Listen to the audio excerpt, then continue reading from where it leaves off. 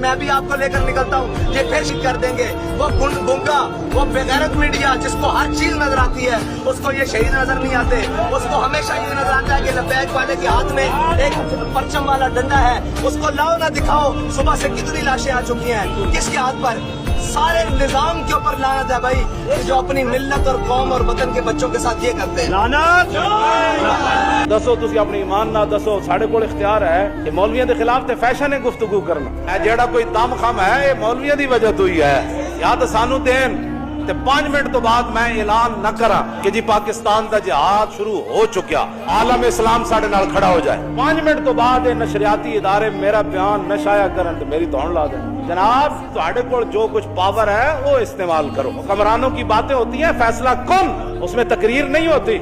जो रब ने तुहानू इख्तियारात दिते हैं ते कुछ भी तुहाडे कोल होनी। फलस्तीन दियां बच्चियां, गजा दियां बच्चियां क़यामत वाले दिन सारियां चलियां गईयां हुजूर दी बारगाह विच, फिर अल्लाह दी बारगाह उत्ते अदालत लगड़ी बड़ी डाढ़ी, फिर उत्ते की जवाब दोगे कि हम उनके साथ खड़े थे लेकिन से तो कोई मसला हल नहीं होना।